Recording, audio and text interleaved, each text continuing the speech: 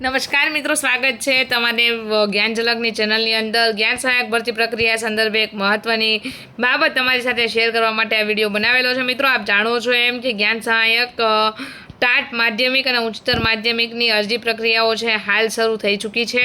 ત્યારે આપ બધાને જણાવી દઈએ કે મનની અંદર અવઢવ છે ચોક્કસપણે છે જોવા મળતો હશે કે આજે લાયકાત છે એનો પ્રથમ તબક્કાની જગ્યાઓ છે એની માટેની અરજીઓની છેલ્લી તારીખ 15 છે. મિત્રો, ખાસ કરીને યાદ રાખજો.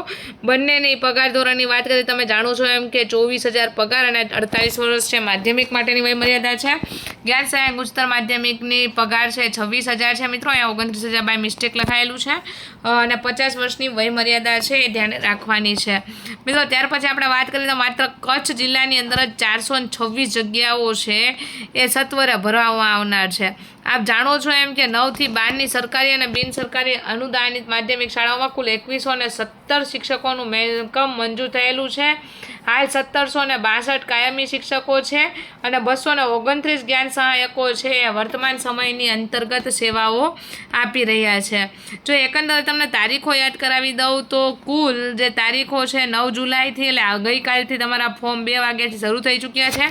15 જુલાઈ સુધી ફોર્મ ભરાવાના છે. 18 જુલાઈ મેરિટ લિસ્ટ મુકાવવાનું છે. 20 થી 24 સુધી છે એમના તબક્કાઓ છે શરૂ રહેવાના છે. આ સિવાય મિત્રો તમને ખાસ એક બીજી માહિતી આપી દઉં કે હવે પછી ઘણા બધા મિત્રોને એવું હશે કે જે ટાટ દ્વિસ્તરીય ત્યાર પછી ટાટ કોઈ પણ પાસ અને ગ્રેજ્યુએટ અથવા માસ્ટર ગ્રેજ્યુએટ ઉમેદવારો અહીંયા અરજી કરી શકતા હતા, તો હાલ કોઈ ઓપ્શન કેમ વેબસાઇટ ઉપર જોવા મળતું નથી.